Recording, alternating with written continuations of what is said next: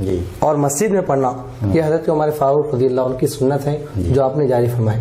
یعنی نبی کریم صلی اللہ علیہ وسلم تو 2 یا 3 رات آپ صلی اللہ علیہ وسلم مسجد نبوی میں تشریف لائے, اور آپ صلی اللہ علیہ وسلم اس لیے بعد میں تشریف نہیں لائے کہ آپ نے فرمایا کہ مجھے خدشہ تھا کہ اگر میں مسلسل حاضر ہوتا تو کہیں یہ تراویح فرض نہ ہو جائے, تو اس نیت سے آپ صلی اللہ علیہ وسلم تشریف نہیں لائے.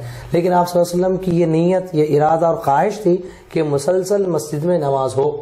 اسی خواہش پہ عمل کرتے ہوئے حضرت عمر فاروق رضی اللہ عنہ نے تراویح کی جماعت باجماعت نماز حضرت ابی بن کعب رضی اللہ عنہ کو اپنے امام مقرر فرمایا, اور پورا رمضان آپ نے جماعت قائم فرمائی. تو یہ اور نبی کریم صلی اللہ علیہ وسلم کا فرمان ہے کہ تم میرے بعد میرے صحابہ کو فالو کرو, صحابہ کی اقتداء کرو. تو اس حدیث کی بنیاد پر پورا رمضان تراویح باجماعت پڑھنا یہ سنت ہے. یہ کوئی سوچیں گے ہم 3 دن 6 دن 8 10 دن پڑھ لے کے چھوڑ دیں گے تو یہ سنت کا چھوڑنا ہے, وہ تارک سنت کہلائیں گے. اگر کسی وجہ سے کوئی مسجد میں نہیں پڑھ سک رہے ہیں, ایٹ لیسٹ ان کو گھر پہ تو پڑھنا ہی ہے. لیکن جو لوگ عمر رسیدہ ہیں, جو مسجد تک نہیں جا سکتے یا کسی بیماری میں مبتلا ہیں, تو کیا ان کے لیے گھر میں انفرادی طور پر تراویح پڑھنے کی اجازت ہے؟ بالکل, شرعی عذر میں تو فرض نماز بھی گھر میں پڑھ سکتے ہیں, اور یہ تو سنت نماز ہے, سنت موقع علی الکفایہ ہے. تو اس میں گھر میں جو حضرات ضعیف ہیں, کسی وجہ سے نہیں جا سکتے ہیں, گھر میں بالکل پڑھ لیں. بلکہ اگر کوئی بیٹھ کے بھی پڑھنا چاہ رہے ہیں تو پڑھ سکتے ہیں. لیکن ٹھہرے رہنے کی طاقت رکھنے کے باوجود بیٹھ کے پڑھیں گے تو آدھا ثواب ملے گا, نماز تو ہو جائے گی. لیکن فرض نماز میں کیا مسئلہ ہے, اگر کھڑے رہنے کی صلاحیت ہے پھر بھی بیٹھنے تو نماز نہیں. قیام اللیل کہا گیا ہے. جی, تو کھڑے ہو کر پڑھنا زیادہ فضیلت ہے, بالکل. لیکن کسی عمر کی وجہ سے یا کسی بیماری کی وجہ سے بیٹھ کے پڑھ رہے ہیں تو پوری امید ہے اللہ تعالیٰ سے کہ اللہ پورا ثواب عطا فرمائے گا انشاءاللہ. مولانا, رمضان میں جو ایک اہم عبادت ہے وہ اعتکاف کی ہے. جی ہاں. تو اعتکاف کن دنوں میں کیا جانا چاہیے اور اس کے کیا احکام ہیں؟ رمضان اعتکاف کی کئی اقسام ہیں, کئی قسمیں ہیں. رمضان مبارک کا جو اعتکاف ہے یہ سنت مؤکدہ علی الکفایہ ہے. تو یہ اعتکاف 20 رمضان کی عصر کے بعد, یعنی 21 کا چاند دیکھنے سے پہلے, 21 کی غروب ہونے سے پہلے 20 رمضان کی عصر کے بعد ہم جائیں مسجد میں, اور یہ سنت ہے. اور روزے کی حالت میں پورا یہ آخری عشرہ روز اعتکاف میں رہنا یہ سنت موقعہ ہے. چاند نظر آنے تک, عید کا, ہاں عید کا چاند نظر آنے تک, یعنی 21 رمضان یعنی جو مغرب ہوتا ہے 20 کی عصر کے بعد, 21 کی مغرب سے پہلے ہم مسجد میں داخل ہو جائیں اعتکاف کی نیت سے. یہ سنت اعتکاف ہے. ہر محلے میں ایک آدمی کا کم از کم مسجد میں اعتکاف میں بیٹھنا سنت موقع علی الکفایہ ہے. کوئی بھی نہیں بیٹھیں گے تو پورے محلے والے یہ سنت کے چھوڑنے والے قرار جائیں گے اور اس کا ان کو وبال ہوگا. تو اب اس بات کا یہ خیال کریں کہ اعتکاف میں جو بھی بیٹھتے ہیں ان کو روزے کے ساتھ اعتکاف کرنا ضروری ہے. روزہ چھوڑ کے اعتکاف نہیں ہو سکتا یہ رمضان کا. نفلی اعتکاف میں کوئی بھی ہے 10 منٹ کے لیے, 1 گھنٹے کے لیے, 2 دن کے لیے, وہ نفلی اعتکاف ہے, تو وہ کسی بھی سال کے کسی بھی حصے میں رہ سکتے ہیں.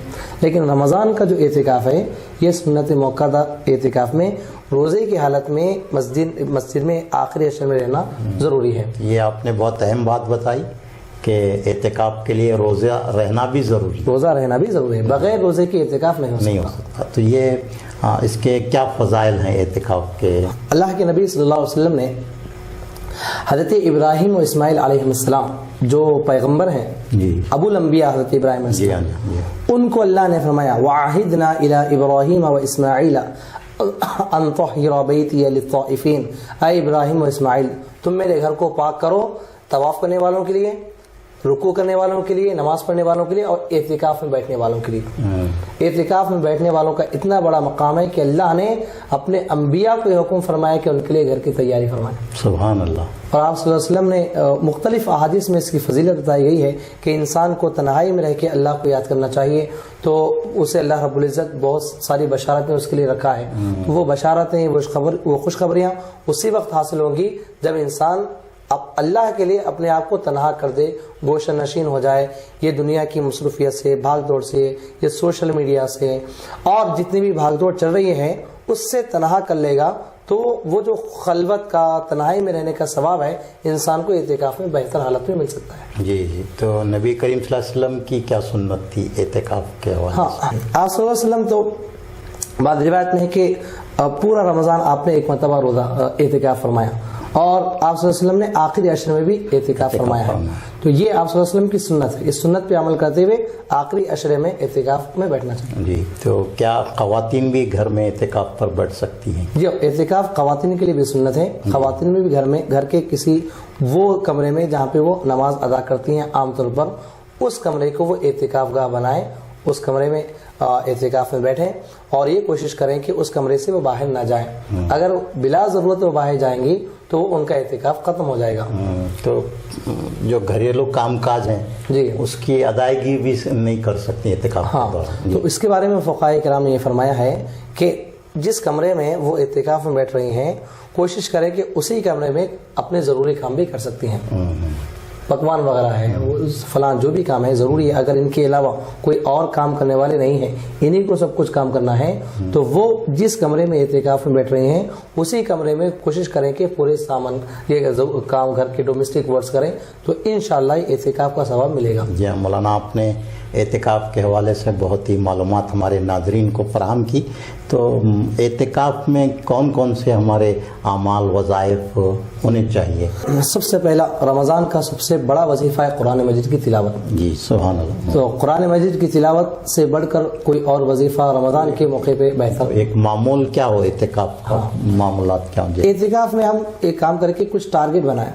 10 دن ہم اعتکاف میں بیٹھ رہے ہیں تو ہم 10 دن میں ایٹ لیسٹ 2 سے 3 قرآن مجید مکمل کریں گے، یا ایک قرآن مجید سمجھ کے ساتھ میننگ کو سمجھتے ہوئے ترجمہ و تفسیر، یا ایک قرآن مجید نہ بھی ہو، یا جو میں بتا رہا ہوں آپشنز، یا نہیں تو یہ بھی نبی کریم صلی اللہ علیہ وسلم کے طریقے ہیں کہ اگر آپ کو یہ زیادہ نہیں ہو سک رہا ہے تو کم نہیں ہو یہ اس سے تو کم، لیکن کوشش یہ کریں کہ ہم سمجھ کے قرآن مجید کو پڑھنے کی کوشش کریں. تو یا تو 30واں پارہ ہے، اس میں اللہ رب العزت نے بہت سارے عبرت کے واقعات بیان فرمائے ہیں. سورہ رحمان ہے، سورہ مزمل ہے، سورہ یاسین ہے. یہ قرآن کے بڑی صورتیں ہیں. ان بڑی صورتوں کو پڑھ کر اس کا کیا میننگ ہے، اس کی کیا تفسیر ہے، تو یہ کم از کم سمجھنے کی کوشش کریں.